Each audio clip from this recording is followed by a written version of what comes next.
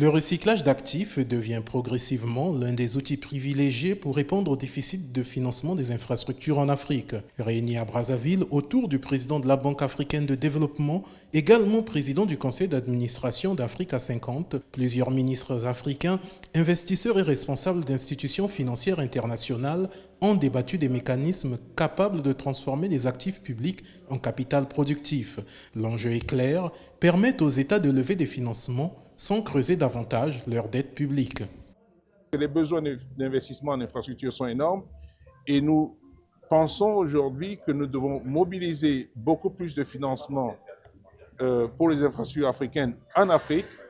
Nous n'allons plus obtenir autant de financement que par le passé à l'extérieur de l'Afrique. Donc le recyclage d'actifs, c'est également un levier pour permettre de mobiliser l'épargne africaine pour financer les infrastructures africaines. Donc c'est un moment important parce que vous voyez que le contexte mondial fait que nous recevons moins de financement extérieur, donc l'Afrique doit se prendre beaucoup plus en charge.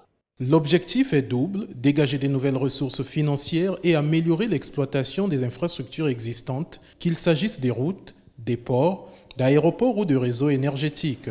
Africa 50 entend également favoriser une plus forte implication des investisseurs africains, notamment les fonds souverains, les fonds de pension et à terme les épargnants du continent. Mais pour plusieurs responsables africains, la réussite de ces stratégies passe d'abord par des réformes structurelles.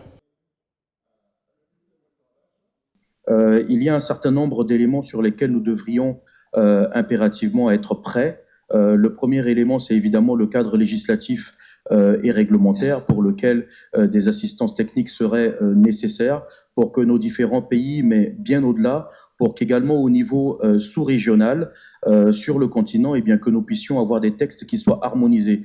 Pourquoi ? Parce que un certain nombre d'infrastructures sont des infrastructures sous-régionales, puisque nous allons dans le sens de l'intégration également.